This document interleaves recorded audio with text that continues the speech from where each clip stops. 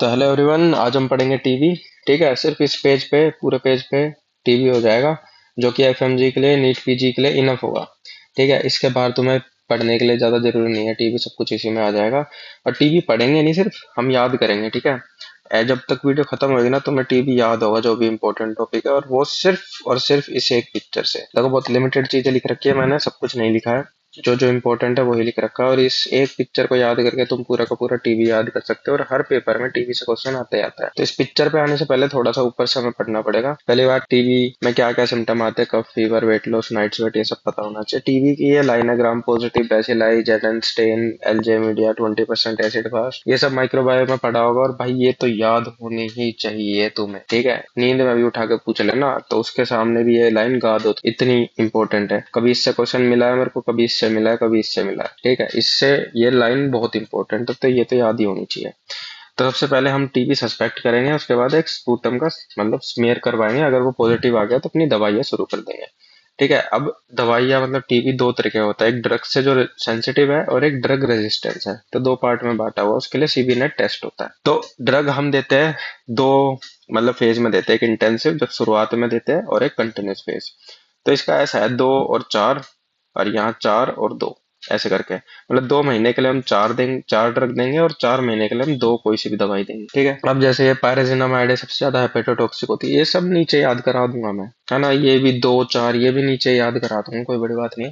तुम्हें यहाँ याद ये करना पड़ेगा, ये अभी अपडेट आया था कि जो एमडीआरटी भी है उसमें क्या दवाइयाँ देते हैं, है ना। बी पाल्म करके मैनेजमेंट होता है इसका, बेडाक्यूनिन, प्रोटेनामाइड, लिनाजोलिड और मोक्सीफ्लोक्सासिन 6 महीने के लिए। ये नया ट्रीटमेंट आया था, तो इससे क्वेश्चन आ सकता है। हमारी बारी में शायद क्वेश्चन नहीं आया था इससे, तो अब की बार आ सकता है, तो ये याद होना चाहिए। अब मोनोड्रग रेजिस्टेंस मतलब किसी एक ड्रग से रेजिस्टेंस है, किससे, रिफाम्पिसिन से। एक्सटीआर एक्सटेंसिव ड्रग रेजिस्टेंस मतलब ये जो लिनाजोलिड और बेडाक्विन है ना, जब इस इनसे रेजिस्टेंस हो जाए, क्योंकि ऑलरेडी हम इनको ट्रीटमेंट में यूज कर रहे हैं, जब इनसे हो जाए तो एक्सटेंसिव हो जाता है। ठीक है, उसके बाद ये एचआरजेडी करके निमोनिक है, सबको पता होगा। ठीक है, ये ड्रग है, ये इनकी डोजेज है।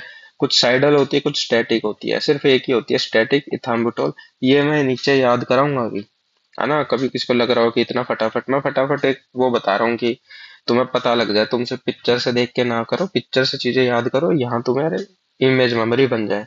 ठीक है, इंट्रा एक्स्ट्रा ये सब देख लेंगे। प्रेगनेंसी में दो ही दवाई बता रखी है, एक तो स्ट्रेप्टोमाइसिन। ठीक है, स्ट्रेप्टोमाइसिन माई से मदर। ठीक है, मदर है, प्रेगनेंसी है, दो दो मदर एक साथ नहीं चाहिए हमें, तो कॉन्ट्रा इंडिकेटेड। पायराजिनामाइड वही अपना हेपेटोटॉक्सिक है, तो अवॉइड करेंगे इसमें। ठीक है, बाकी नीचे चलते हैं। और देखो तुम, अब जैसे मान लो ये है, अब आइसोनियाजाइड जो क्वेश्चन आता है ना, मेनली इससे आता है। ठीक है, इस पार्ट से आता है, जो ऊपर है वो कभी कभार आ जाता है, जो भी इम्पोर्टेंट है थोड़ा बहुत उसमें, वो नीचे इमेज में है ही। सबसे इम्पोर्टेंट ये मिलते हैं। ठीक है, अब जैसे आइसोनियाजाइड है, अब इसमें गायनेकोमेस्टिया। अब गायनेकोमेस्टिया विटामिन बी 6 डेफिशिएंसी है, ड्रग इंड्यूस लूपस है, मेमोरी लॉस है, हेपेटोटॉक्सिक है, ये सब पिक्चर में है। ठीक है, पर तुम्हें पता होना चाहिए कि ये साइड इफेक्ट्स है आइसोनियाजाइड के। अब जैसे गायनेकोमेस्टिया वो पिक्चर में इतना है नहीं, तो ये गायनेकोमेस्टिया तो हमने याद करा था ना डिस्को ड्रग से।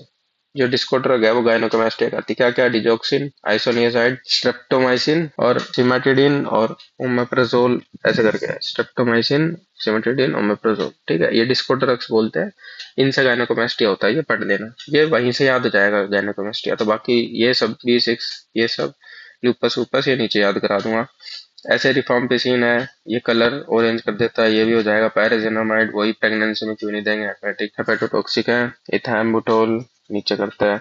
एक ये याद करना पड़ेगा तुम्हें, स्ट्रेप्टोमाइसिन थोड़ा सा। एक तो ये नीचे ऊपर बताया था मैंने, प्रेगनेंसी में कॉन्ट्रा इंडिकेटेड है, क्योंकि दो माइसिन, दो मदर नहीं रह सकती एक साथ। फिर ब्लैक टारी स्टूल कराता है, और वही चिल्ड्रन और प्रेगनेंसी में नहीं देते हैं। ठीक है, ब्लैक टारी स्टूल याद कर लेना, इनफ रहेगा। अब चलते हैं हम पिक्चर की तरफ। ठीक है, अब अभी तक किसी ने ज्यादा ध्यान ना दिया ना तो भी चल जाएगा, क्योंकि बाद में ये पेज मैं टेलीग्राम पे अपलोड कर दूंगा, तो इसको बैठ कर आराम से तुम पढ़ सकते हो। याद करने की चीज ये है, यहाँ से याद करना है। और देखो एक पिक्चर बनी है, सबसे पहले शुरू करते हैं हम यहाँ से। इधर लिखा हुआ है राइप ट्यूबर्स वाज $4 फॉर 2, है ना, वही है। राइप क्या है, जो हमने HRZD करके याद करा था ना, उसके न्यू वो बना रखे हैं, जैसे रिफाम्पिसिन, आइसोनियाजाइड, पायराजिनामाइड, इथैम्बुटोल। क्योंकि HRZD मतलब शुरुआत के नाम नहीं है ना, ऐसे याद करने पड़ते हैं हमें। ठीक है, जो जैसे यहाँ लिखा था ना HRZD, अब H और I मैच नहीं कर रहे, है ना, Z और P मैच नहीं कर रहे, तो इसलिए राइप बना दिया ताकि सब कुछ जो शुरुआत के लेटर है वो मैच करे। तो उससे ड्रग्स के नाम याद करने हैं राइफ से। 4 ड्रग देते हैं 2 महीने के लिए, फिर 2 ड्रग देते हैं 4 महीने के लिए। अब सिंपल सा एक फंडा समझो, जब शुरुआत में हम देते हैं किसी भी दवाई की डोज, तो वो ज्यादा देते हैं हमेशा, है ना। तो डोज ज्यादा देनी है या ड्रग ज्यादा दे दो, सेम बात है। ज्यादा दवाइयाँ दे दो या फिर ज्यादा एमजी की दवाई दे, तो ज्यादा दवाइयाँ शुरुआत में रहेगी, तो जो मंथ है वो शुरुआत में कम रहेंगे। टोटल हमें 6 मारने हैं, ठीक है। 4 2 6, 4 2 6, ठीक है। टोटल 6 करने, तो 4 ड्रग दे दी तो 2 महीने चले गए। ऐसे ही बाद में हम जब लोडिंग के बाद कंटिन्यूस फेज पे आते हैं कि भाई बस मेंटेन करनी है हमें डोज, तो हम डोज कम कर देते हैं। तो 2 ड्रग कर दी हमने, पर 4 महीने के लिए कर दी, ठीक है। इनका भी टोटल 6, इनका भी टोटल 6, तो ये याद हो जाएगा तुम्हें। शुरुआत में ज्यादा ड्रग देना, बाद में कम देने हैं, उसके बाद अपने मंथ कर लेना। ये गाय है, ये लिवर बना रखा है, ठीक है। तो इससे इंडिकेट करेंगे हम हेपेटोटॉक्सिक।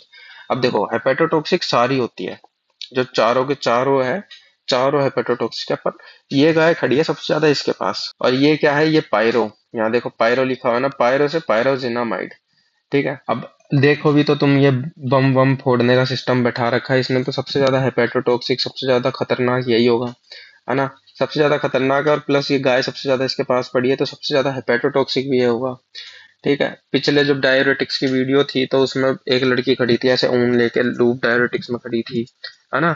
तो वो यूरिक एसिड इंडिकेट कर रहा था, तो ये वापस से ऊन लेके बैठा ही है, तो यूरिक एसिड इंक्रीज इंक्रीज होगा, तो क्या होगा, यूरिक एसिड से गाउट होगा। तो पायरोजिनामाइड में 2 चीज याद करनी है, पायरो से पायरोजिनामाइड हो गई, हेपेटोटॉक्सिक होता है, ठीक है।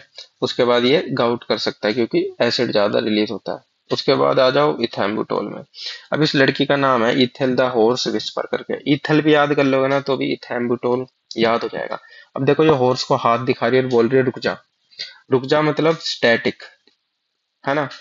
स्टैटिक, तो ये बैक्टीरियो स्टैटिक है। बाकी सारी क्या होती है, बाकी सारी साइडल होती है। साइडल मतलब मार देगी जान से। स्टैटिक मतलब होता है रोक देगी, जो ग्रोथ है ना बैक्टीरिया की वो रोक देगी, ठीक है। तो ये हॉर्स को रोक रही है, तो ये स्टैटिक होगी, तो इथैम्बुटोल स्टैटिक दवाई होती है। अब देखो ये घोड़ा, इसकी आंख देखो, जब तुम ओप्था पढ़ोगे ना तो तुम्हें ये चीज दिखेगी, ठीक है। इसको बोलते हैं ऑप्टिक न्यूराइटिस, ठीक है। रेड और कलर ग्रीन कलर ब्लाइंडनेस हो जाती है, तो इसको ऑप्टिक न्यूराइटिस बोलते हैं। तो 2 चीज मैंने इसमें याद कराई थैम्बुटोल में, ठीक है। बाकी सब बहुत कुछ है वैसे तो इसी में, जो मैंने सब कुछ मतलब इंक्लूड नहीं कर रखा। मैंने जो जो एफएमजी से रिलेटेड है ना, ज्यादातर जब मैं पढ़ रहा था इंपॉर्टेंट लग रहा था वही इन्वॉल्व किया था मैंने। जैसे ये स्ट्रक्चर है, अब ये थैम्बुटोल का स्ट्रक्चर से बता रखा था इनने। और भी बहुत सारी चीजें हैं, बट ये इंपॉर्टेंट है। तो अभी ऑप्टिक न्यूराइटिस याद रहना चाहिए, बैक्टीरियोस्टैटिक याद रहना चाहिए। तो देखो जैसे इथैम्बुटोल को ले लें हम, इसमें क्या है, ऑप्टिक न्यूराइटिस है। अब यूरिक एसिड इंक्रीज है, इतना इंपॉर्टेंट नहीं है, क्योंकि तुम यहाँ भी याद करोगे क्वेश्चन इससे आ जाएगा। अब तुम्हें ये याद रहेगा, तुम ये लगा के आ जाओगे, आंसर गलत हो जाएगा, है ना। तो यूरिक एसिड कहाँ पढ़ा हमने, पायरेजिनामाइड में पढ़ा, सबसे ज्यादा हेपेटोटॉक्सिक है। प्रेगनेंसी में नहीं देंगे, ऑब्वियस सी बात, नहीं देंगे, है ना। इथैम्बुटोल में क्या हो गया, ऑप्टिक न्यूराइटिस करता है वो घोड़े वाला। और क्या कर रहा था, और ये बैक्टीरियोस्टैटिक था। इससे 2 क्वेश्चन बनते हैं। उसके बाद हम अगले उसमें आते हैं, इस आइसोनियाजाइड में। अब देखो ये एजेंट टाइप है, ठीक है। आइसोलेटेड एजेंट जो अकेले पकड़ लिया गया है ना। तो आइसोलेटेड एजेंट से बन गया अपना आइसोनियाजाइड। अब देखो इसके हाथ में डाइस है, इसमें नंबर है 6, तो B6 पायरस पायरिडोक्सिन बोलते हैं, B6 को पायरिडोक्सिन। तो ये क्या करता है, पायरिडोक्सिन को डिक्रीज करता है। अगर हम किसी को आइसोनियाजाइड देंगे ना, तो वो B6, जो विटामिन B6 है उसका लेवल डिक्रीज करेगा। तो हम क्या करते हैं, ऑलरेडी सप्लीमेंट कर देते हैं। जब भी हम आइसोनियाजाइड देंगे तो B6 सप्लीमेंट दे देंगे, ताकि क्या हो, B6 की डेफिशिएंसी ना हो। क्योंकि B6 की डेफिशिएंसी होगी तो वही न्यूरल सिम्टम्स वगैरह, न्यूरोलॉजिकल वगैरह आने लग जाएंगे, तो दिक्कत होगी। तो अभी फिलहाल मैंने इतना बढ़ाया कि ये बंदा है, इसका नाम है आइसोनियाजाइड, इसको B6 के साथ देते हैं। अभी जो वुल्फ है ना, वुल्फ इंडिकेट करता है ड्रग इंड्यूस्ड लूपस को, ठीक है। जहां भी वुल्फ बना होता है ना, उसको ड्रग इंड्यूस्ड लूपस बोलते हैं। इसका नाम लगा लो लूपस। अब ये बंदा है, बंदे का देखो हाथ, जैसे हाथ वाइट वाइट हो गए मतलब सुन्न हो गए, है ना। तो कुछ नर्व डैमेज हो गया, तो इसको क्या है, कोज न्यूरोपैथी, ठीक है। याद हो गया। अब ये एक वो पड़ा है मड पाइल्स, मतलब मड है, उसको उसका पाइल बना दिया, यहाँ मड का घेर घेर के पाइल बना दिया। तो एम से मड और एम से मेटाबोलिक, ठीक है। मेटाबोलिक एसिडोसिस कोज करता है। अब कोई मतलब ऐसे भी देखे ना कि ये एसिडोसिस ही लगेगा, ये एल्कोलोसिस तो कैसे ही लग रहा है तुम्हें, है ना। तो ये याद करना पड़ेगा तुम्हें। बट क्वेश्चन ज्यादातर ये आता है रेस्पिरेटरी की मेटाबॉलिक कौन सा कोर्स करता है, तो तुम मट से याद कर लोगे मेटाबॉलिक। उसके बाद देखो ये बंदा ऐसे गिर रहा है और ये हिल रहा है एक तरीके से, जो छोटे छोटे डिजाइन है ना, तो सीजर आ रहा है। सीजर किससे आ जाता है, आइसोनियाजाइड यूज करते हैं तो हम सीजर भी आ जाता है, प्लस मेमोरी लॉस हो जाए, गिरेगा तो सर पे चोट लगेगी, मेमोरी लॉस होगा। तो हमें ये चीजें याद करनी थी किसमें, आइसोनियाजाइड में। आइसोनियाजाइड है B6 के साथ देते हैं, ड्रग इंड्यूस लूपस करता है और ये हाथ से पेरिफेरल मतलब न्यूरोपैथी करता है, मेटाबॉलिक एसिडोसिस, सीजर आ रहा है और मेमोरी लॉस हो रही है। ठीक है, तो देखो ये सब है। गायनेकोमेस्टिया डिस्कोसिस से हो जाएगा याद, B6 की डेफिशिएंसी करते तभी तो हम सप्लीमेंट दे रहे हैं। ड्रग इंड्यूस लूपस है, साइकोसिस, सर में चोट लग गई, मेमोरी लॉस, ठीक है, सेम बात, हेपेटोटॉक्सिक सब होता ही है। अब जो आखिरी चीज बच गई वो है रिफाम्पिसिन। रिफाम्पिसिन कैसे बनाओगे, जैसे ये राइफल मैन है तो राइफल मैन से रिफाम्पिसिन। ठीक है, अब ये हिट कर रहा है कहाँ पे, आरएनए पॉलीमरेज को हिट कर रहा है, तो मतलब इनिबिट कर दिया, तो इनिबिट करते हैं आरएनए पॉलीमरेज को। ठीक है, अब जैसे ये जीन है CYP450, तो ये लगा हुआ है इसके साथ, तो ये एंजाइम इंड्यूसर है। अगर ये इसको हिट विट कर रहा होता तो वो इनिबिटर बन जाता, लेकिन ये इसके साथ ही लगा हुआ है तो इंड्यूस करता है। एंजाइम इंड्यूसर क्या करते हैं, मतलब ये बहुत ही अलग टॉपिक है इम्पोर्टेंट, की कौन कौन सी दवाइयाँ होती है, तो उसके साथ अगर कोई दवाई दे रहे हो तो तुम्हें डोज इंक्रीज करनी है डिक्रीज करनी है, वो भी एक इम्पोर्टेंट टॉपिक है, होपफुली सबको पता होगा। बाकी जो इसमें सबसे बढ़िया क्वेश्चन आता है वो ये आता है कि जैसे ये बंदा है, ये कुछ ऐसे पी रहा था तो ये गिर गया, ऑरेंज ऑरेंज कलर का गिर गया, तो ये क्या कराता है, ऑरेंज कलर बॉडी फ्लूइड्स। ठीक है, ये सबसे ज्यादा इंपॉर्टेंट है कि जो रिफैम्पिसिन है वो ऑरेंज कलर का बॉडी फ्लूइड्स करा रहा है, और क्या किया था कि आरएनए को इनिबिट करेगा और ये एंजाइम इंड्यूसर होगा। बस इतनी सी चीज टीबी में अगर तुम्हें याद है तो लगभग सारे जो क्वेश्चन है ना, छोटे मोटे जो भी क्वेश्चन आते हैं, एक आधा क्वेश्चन वो तुम्हारा निकल जाएगा। ठीक है, ये ड्रग्स याद करना मत भूलना, ये नई ड्रग्स थी, हमने वो थी मतलब आखिरी दिनों में याद करी थी ये, तो ये तुम पहले याद कर लेना। बाकी टीबी इनफ है इतना, है ना, तुम्हें और कुछ ज्यादा टीबी के बारे में सोचने की इतनी जरूरत है नहीं।